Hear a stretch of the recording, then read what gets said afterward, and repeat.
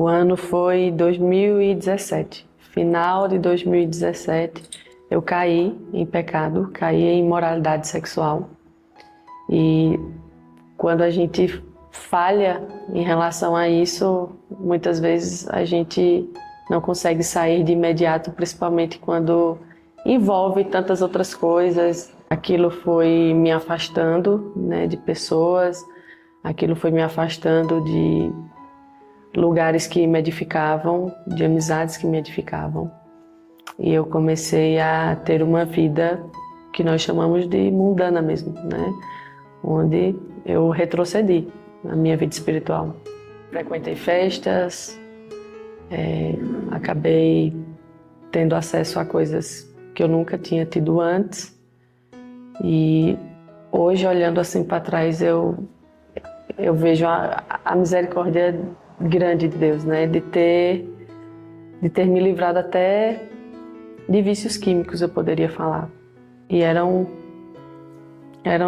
situações que não davam para evitar, era o meio.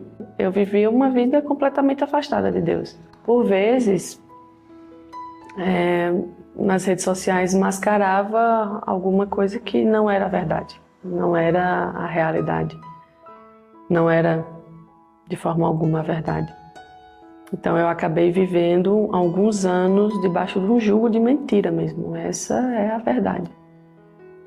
Desenhou-se ali uma moeda, forjei uma capa, né? E por alguns anos eu vivi em um jugo mentiroso. É uma coisa que eu ouço bastante, né? As pessoas perguntam por que tudo isso.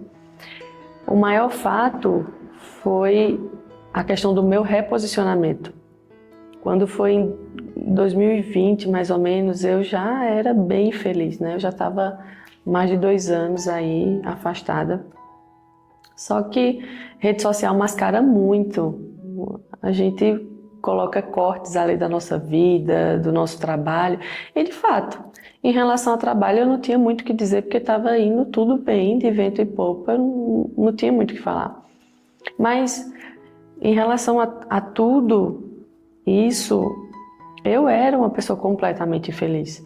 Não era algo que eu falava, eu não dizia isso declaradamente para as pessoas ou as pessoas sabiam.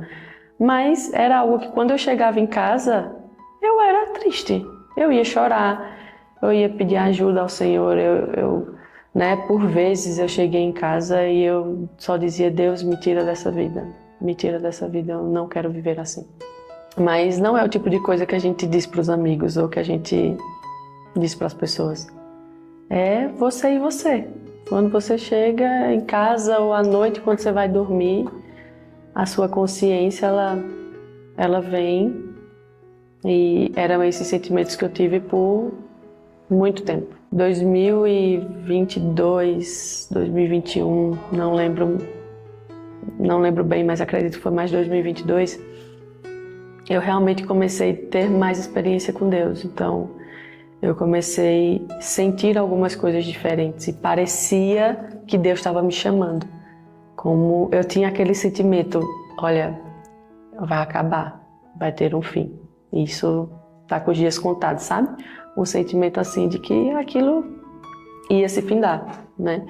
Mas eu sofri muito de dependência emocional. Isso foi uma coisa terrível, né, na minha jornada. Uma das coisas que Deus falou para mim foi a questão da idolatria. Então, compreender ali no meu processo de libertação que eu estava, né, debaixo de um jugo de idolatria, de dependência e até mamon mesmo querendo dominar as minhas ações, de eu não tomar uma atitude para poder não romper com o pecado. Isso foram muitas coisas e sentimentos que eu precisei lidar, né?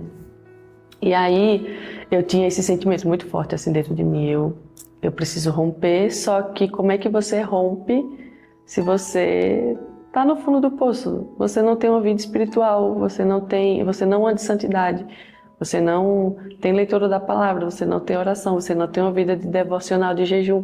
Como rompe, né, com o pecado? Você não tem força. É muito difícil.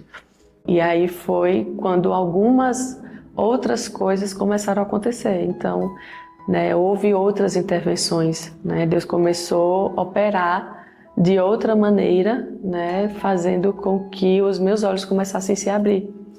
Então, devido a algumas situações externas que começaram a acontecer e que eu não admitia e que eu não conseguia me perceber dentro daquele embaraço todo, daquela coisa que eu posso dizer até bem nojenta, né, toda a situação, eu, sinceramente, foi quando eu bati o pé mesmo, né, eu preciso sair disso daqui. Então, foi de fato, né, algo que começou a descer no meu coração como decisão, mas externalizar toda essa situação não é fácil. Não é fácil porque envolve muitas coisas, envolvia muitas pessoas, envolvia dinheiro, envolvia muita coisa mesmo. E quando me perguntam o porquê, né, de um afastamento, de uma quebra, a maior resposta é essa: eu precisava ser quem eu nasci para ser. Eu sempre soube que Deus, né, desde o ventre da minha mãe, Deus tem um ministério para a minha vida, Deus me escolheu, me separou, e eu estava numa vida errada. E eu tenho plena consciência que Deus jamais deixaria eu viver aquela vida eternamente daquele jeito. Então, tudo começou a culminar para que o fim chegasse. E a minha decisão foi baseada na minha vida espiritual. Eu queria romper com o pecado, eu queria viver para o Senhor, eu queria andar em santidade, e aqueles ambientes não me proporcionavam isso, né? Pelo contrário, me levava para quedas. E eu precisava romper. E tem lugares que, para a gente conseguir, de fato, andar de forma correta, a gente vai precisar se afastar de pessoas, a gente vai precisar se afastar de ambientes. Essa foi minha decisão. Eu não comungo mais com bebidas, eu não comungo mais com traições, eu não comungo com imoralidade sexual, eu não comungo mais com essas coisas. Como eu vou caminhar, né, com pessoas que tinham e que me proporcionavam isso, né? Que a qualquer momento eu estava vulnerável a cair. Qualquer momento da minha existência eu estava vulnerável a cair. Então, o rompimento maior de toda a minha decisão era: para viver para Deus, eu teria que deixar para trás tudo o que eu construí fora da presença dele. Então, essa foi a maior decisão que eu tomei na minha vida, foi uma das maiores experiências que eu tive também com o Senhor, porque a partir da minha decisão, antes mesmo de abrir nova agência, tudo isso, eu me posicionei em Deus. Interessante, né? Foi em setembro de 2022. Setembro de 2022, eu tomei uma decisão firme no meu coração de não me contaminar mais. E no próximo vídeo eu vou falar de como surgiu a Mapa em 2023. E agora, em setembro de 2024, estou fazendo 2 anos.